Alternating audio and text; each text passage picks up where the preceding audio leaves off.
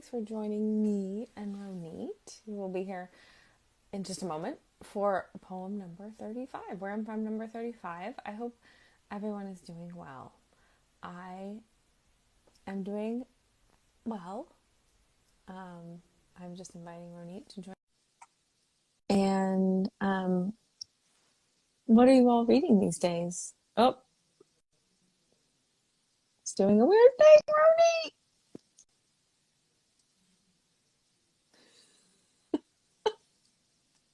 Oh no! Hey, good. It was Hi. doing a weird thing. It was making me nervous. Oh, it made me nervous too. Can you hear me okay? It always makes me Yes. nervous because then I Yes. sit down and I'm like, okay, it's exactly right. I'm set. Everything Yeah. is good. And then I see how many bars are on my phone and I get worried because I think I don't have Wi-Fi. And then I think I better go upstairs and get that Wi-Fi thing. And then I'm like, well, then I'll be late. So let me stay here and try this. So how is the signal? I think it sounds good. All right, you let me know. I mean, Yes. it's never without its little mess ups and mistakes, these technology things. No, and Instagram Live is a little bit dicey. That's just how it Yeah, is. yeah. But I mean, the ones I've watched that you do, the where I'm from, Mm-hmm. it always looks really good. I don't feel like other people have the same problems with Instagram Live that I do. Okay. Well, Just let me know. But I don't want anyone to go anywhere. We'll tough it out, right? no, you sound Um, good. okay, good. How are you? Is there anything you'd like to say before you read Oh, I your forgot poem? it. We launched right in. We Is do. that We just right? launched right We in. launched Yeah. right in. No cliffhangers here. No, but last night I sent you like an abridged version of the poem. Yes. I didn't know if you're like collecting these for posterity, but I thought I had to get a couple of those things out of the poem that I realized were superfluous, and I didn't want them in there on the record. So, um, Yes, I didn't actually. I just emailed you back. don't. I didn't see an attached version. So will you Okay, send it to well, me after this? Because I that's do what. post the poem in the caption so that it's, if people can't listen to the whole thing, at least they can read the poem. And Yeah. yeah, and I think it's nice to have Oh, them. so you do. Okay, good. Because I I do. got rid of the creamed corn, the canned creamed corn reference. Because I was like that. I was like, that might count as a darling I need to kill. I was like, I know what that means, but other people are going to be like, what does it mean? I What does know it what it mean? means. I'm glad you say darlings instead of babies. I always find that a little bit Oh, I've disturbing. never heard that one. Yeah, when people say that, it might be more in the business, but that's definitely something that was said a lot. Yeah. Yeah. So it Yeah. So, means yeah. cutting out things that you might love but Yeah. don't serve the story or Yes, the I did narrative. that last night at 11 p.m. and obviously forgot to send you the attachment. Well, because guess what? I read it out loud. Mm. I read it aloud last night, which I hadn't done. Mhm. And when you read it aloud, you realize things about your work that you didn't notice the first time or the second or the third. And I also fixed the ending a little bit because I felt like it fell flat. And I realized, you fool, why didn't you read it aloud before you sent it to Allison? Your self-talk needs some improvement. Don't call yourself a fool. Well, fool is the kinder way than, like the way I used to talk about myself in my 20s. I'm So, like the self-talk police. Like, yeah, you're nope, right. You're right. You're right. You're not a right. I fool. know you're right. Um, yeah, so I'm ready to go if you're I'm ready. ready. I'm very excited to hear this ending because I just reread your poem and I thought it was really powerful. So Okay, well, I'm ready. Like the new and improved well, version I is hope I just didn't gonna. mess it up Oh now. Um, God! how's I knew that you were for gonna say self-talk? that. Sorry. Sorry. Let me just drink a sip of this. hmm Okay, are you ready? So ready. Okay. I am from a scratchy sofa striped in 5 different shades of brown and hotel towels my father brought home in our suitcases. From Aquanet, Raid Roach Spray, and bringing Dad coffee in the mornings. 2 teaspoons Folgers, 2 teaspoons sugar, a splash of cream. I am from bigger than the first apartment, darker and dirtier compared to the rental house, half a world away from the desert where I was born, and a bunch of places I left but have never been back to. I am from bare walls, quiet adults, and my sister's doll, Naked Baby, I thought was so ugly in its bald and big-eyed newborn bird way, but wish we still had. From sand in a sandbox and in my mouth, the crunch of minerals and salt, a lesson even then that I can digest hard things, take them in until they become a part of me. I am from cereal in front of the TV after school and doing my homework before making us dinner. From Grandpa Lou and Grandma Jean, the ones that did less harm than the other set, who I won't name here. From an uncle sent away to an institution when my mother was 7, but got to see sometimes on Sundays. I am from, there are 2 kinds of people in the world, and if you don't want to be said no to, don't ask.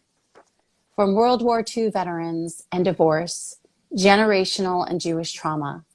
From children who didn't get to be kids, and adults who didn't know how to hold on to love, so dreamt of another time and place, just not this one.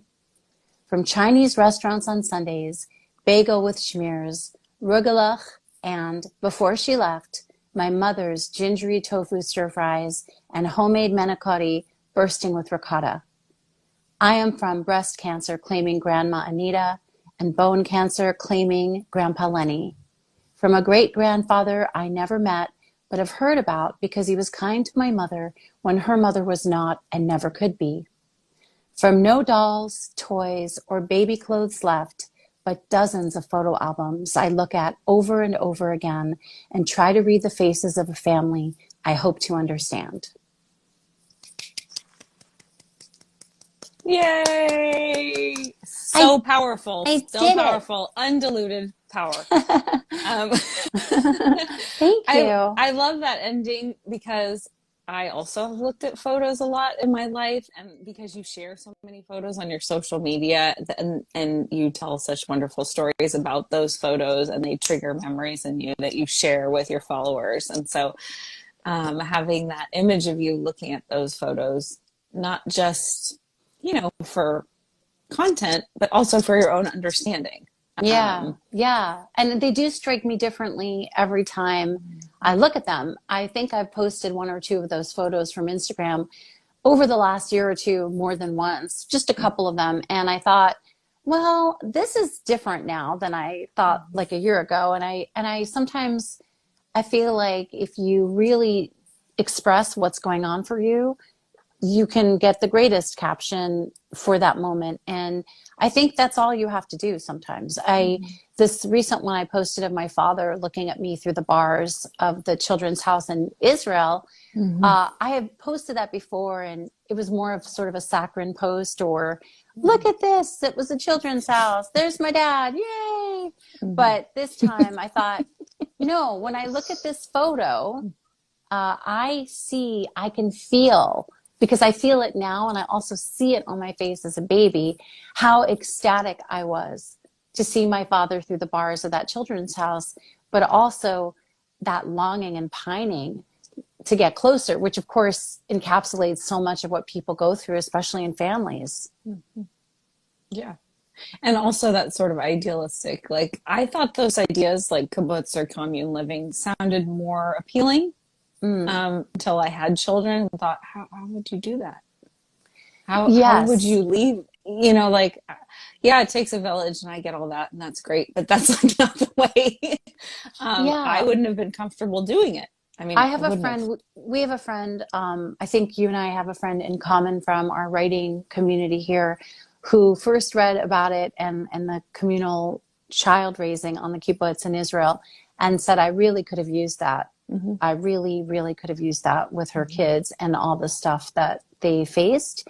And I, says it every time I post, and I totally appreciate it. And growing up, my father always spoke about the kibbutz and the communal living and the children's house in only positive ways, except for the fact that he plucked me out of the children's house meal one day to eat with him in the dining room with the adults, because he thought it was absurd that he couldn't spend more time with his child. And that wasn't really what was done, because it was supposed to be kind of divided to give the adults their time away with themselves, their peers. But aside from that, everything was presented in this way. And as a kid, you absorb I feel like most of us absorb as a kid what our parents feed us, tell us about our life, about our family, the way things are done. And part of the joy and also the fear and also the worry about memoir, and what captivates me anyway, is to go back and to be able to pick it apart with the tools you have now as an adult. I agree. Yeah. And I think, yeah, I mean, for me personally, I have a lot more compassion for people than I did then. I was just surviving, you know. Now I can have more compassion for what, and I thought you, speaking of your book that's in the background, and you talk about how the transition or life outside of is it kibbutz? I always say kibbutz. Okay. Well, Kibbutz. so if you talk with someone and you're schmoozing and you're joking, you're kibitzing. You're kibitzing, which is like, it's like a verb. But a kibbutz, second syllable is the place, is the noun. Okay. So that transition, thank you. That the transition from the kibbutz was a difficult one. Like that you're then spending I think that's transition is what you go through when you just have kids here the way it is, right? You're like, oh, Jesus, you're here all the time. What? Yes, but your parents went through it later. Even if you feel that you want to be a parent so much. I think we've talked about this, but I can't remember in all of our memoir talk. But when I was a new mom in LA, when I had my daughter and my husband went back to work a week or two after she was born, I sort of sat in the apartment. I think people can relate. And I thought, what am I supposed to do with this? Like, I love baby. I mean, I wasn't the kind of person who always wanted to like have babies. It wasn't the way I thought about things, but I wanted to be a mom. I wasn't baby. I was more, I want to be a mom. But then when I was left with my baby, my firstborn, I thought, what am I supposed to do? And the fear, the desolation was swift. And I realized how much people need each other when they have kids. And so that's where the communal living is so great.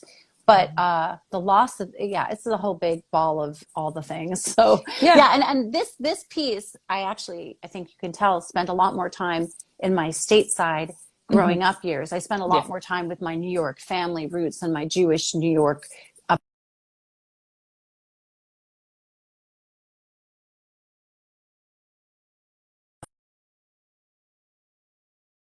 So I think I see you. Okay, there we go. Did I freeze? Or did you freeze? No, my thing completely shut down. It just like went shink. I've never had it happen. You're like this ever. I was like, and then I was like this. I was like, dear Instagram live gods, please come through for us. Please. Oh my God, it was so surreal. It was just like black screen, little thinking icon. Oh, what's going on? So anyway, we're back. Thank goodness. Oh man. Yes, I did notice that you focus more on the New York, and which was I love how when with Janine it was the same thing. People whose books I've read, but then they share these poems. It does not. There's never like redundancy. It's just further exploration of these themes and people I know through their work and through knowing them. And I think that shows the power of the prompt and also the choices we can make creatively. Like when people don't really understand memoir and they say things like, "How could you write more than one?" Yes. You know, I used to say the same when I first understood before I was a student of it. And I understood that Mary Carr had several. I thought, what? How can you make a living off of this? What? Well, you might not be able to, but I think she does. I thought, how can you do that? What? I don't understand. Right? You just have one story. That's all you told it. No, but you could tell the same story in so many ways. We've talked about that. And then, you could have a memoir. If you were really into memoir, you could write memoir about all different periods of your life and understanding. Yeah. Good. And it's the pieces you include, like, which is part of what I love about this prompt is that, I mean, like you said, you cut some things out because you felt like they were superfluous. Like, what details do we include? What story feels important to us to tell in this moment for us, but also in the world? And, because I'm writing this piece about inheritance and I'm thinking about what does that mean to me? What have I inherited? And obviously there's different parts of that. I've inherited privilege.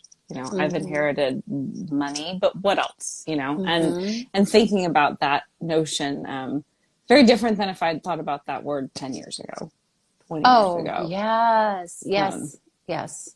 And it's funny. I recently, I spent a little time with my father. We see each other Shabbat dinners. He's leaving for New York, Thursday, but he's been here for a while, and he was a little not feeling great. And so he loves it when we take care of him or we worry about him. And he'll say, it's like, oh, this is really nice. This is really nice. He had a headache. And I just said, Dad, you got to rest. You don't seem like you feel well, etc. Make sure you let us know if you're okay. And I find myself in the last couple of weeks or months much more generous or open-minded or tender toward my father. And I think about how my book would have changed. My memoir would have changed had I been at this place when I was writing it, because I spent a little more time, there's a little more gristle toward both my parents when I wrote it. And so that's not to say the story I told in my book is inaccurate. It's just I kind of teased out different parts than maybe I would now. And I think it's also important to excavate that too. I mean, maybe you're where you are now because you explored that in your book. Yeah. I think, like I say, like nothing is wasted. So no, for sure. I think that's one of the most comforting things for me once I accepted that about writing, it became less onerous.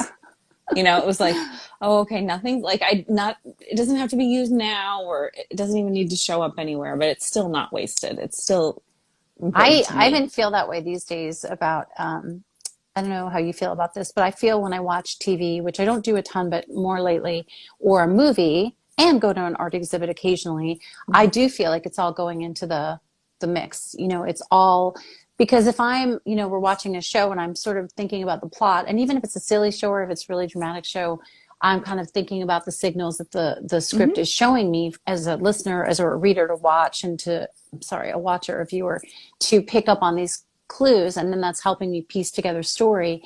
And I can't help but think that way nowadays. And I think it's all helping. So when I'm sitting on the sofa, maybe watching 2 or 3 in a row of a show when I should be doing other things, this does happen.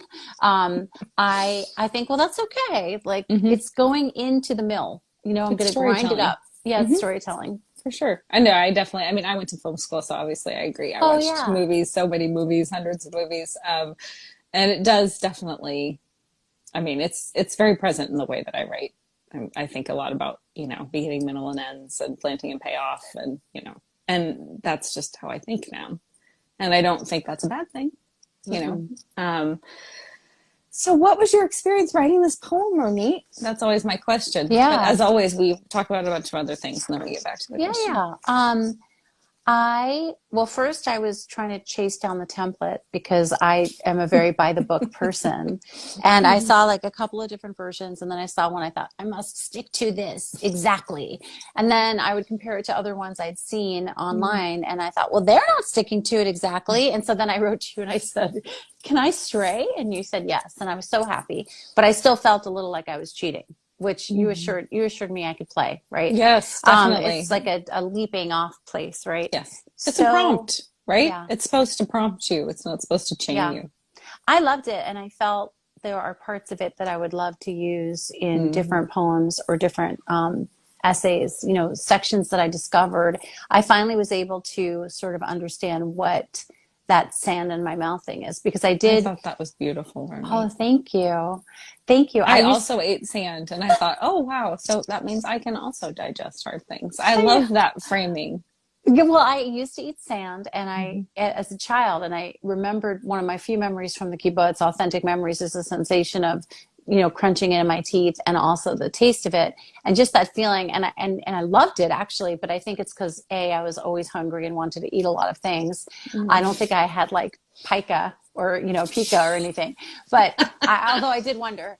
But I thought about that a long time. And I also really am very like food oriented and nourishment oriented. But it made it to another poem that I have finished, the sand between my teeth type of thing.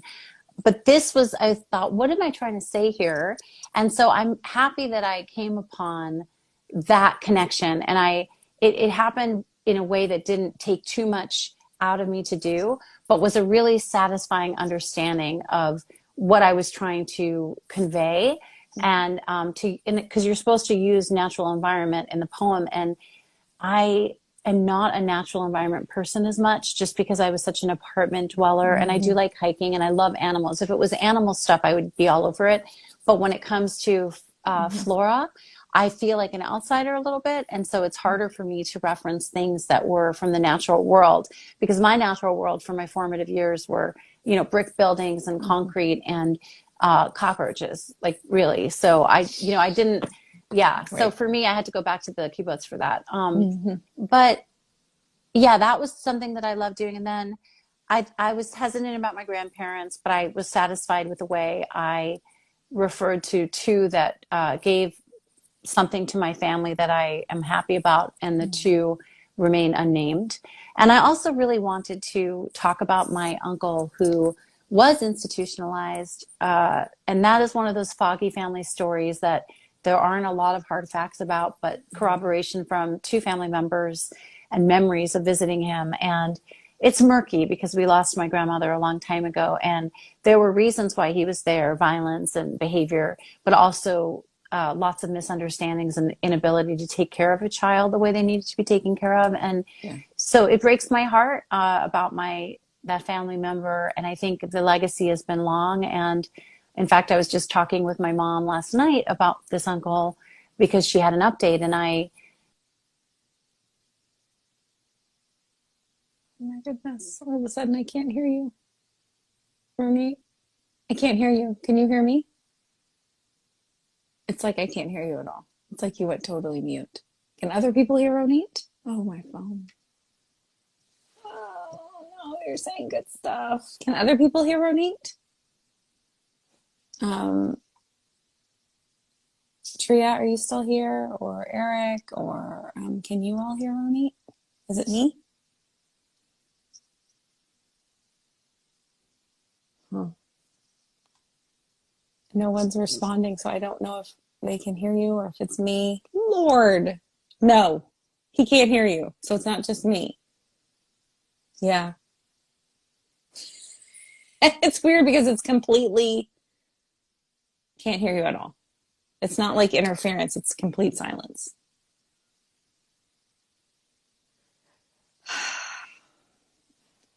I can't hear you. Oh, Tria can't hear you either. Ronit, this is not good for our anxiety. I don't know what's going on. Oh no. That's so frustrating. You were saying some wonderful things about your uncle. Um, I think we're gonna just have to say goodbye. Should. Thanks for everyone who's tuned in. I think we're probably gonna have to go. You could try rejoining, sure, if that works. I don't know what's going on. Or we can just say goodbye, which makes me sad. Okay, so Ronit's gonna try to rejoin. Thank you to everyone who has joined us today. It has been a wild ride of Instagram Live, which it can be this way, but this is the most unusual time I've ever had. And of course, you're here, Tria, and you're joining me next week. So hopefully next week will be much more smooth sailing than this. I'm sweating with just like this has been it's been a wild ride. Ronit's gonna try. We'll see if this works. If not, we'll just say goodbye. I love this too, Eric. Thank you for your comment. I love the poem, and obviously I love chatting with Ronit. Well, Ronit and I will be back next week too with a memoir chat. Aha! Are you here? Huh. It's like it's just not working. So I think we're gonna have to say goodbye. Okay. So thank you to everyone. I really appreciate it. Thank you to Ronit. We'll probably talk about this a bit more in our memoir chat next week, I'm guessing. So thank you everyone for your patience, and thank you, Ronit, for your beautiful poem. Okay. Thanks for the question. Should we hold on? It is so interesting. I agree. I really appreciated what Ronit was sharing. It just seems like, because she joined again and then it still didn't work. Let's see. She's trying again. So technology, sometimes amazing. Well, many times amazing, but also a little frustrating at times. And I totally am sweating. I'm not faking it. It's warm here, but also it's the this. Okay, so I think she's gone. So I will be posting the poem in the chat in the caption, and thank you for being here. I really appreciate it, and thank you, Ronit. Okay, bye everyone. Hi everyone. Thanks for joining me and Ronit. We will be here in just a moment for poem number 35.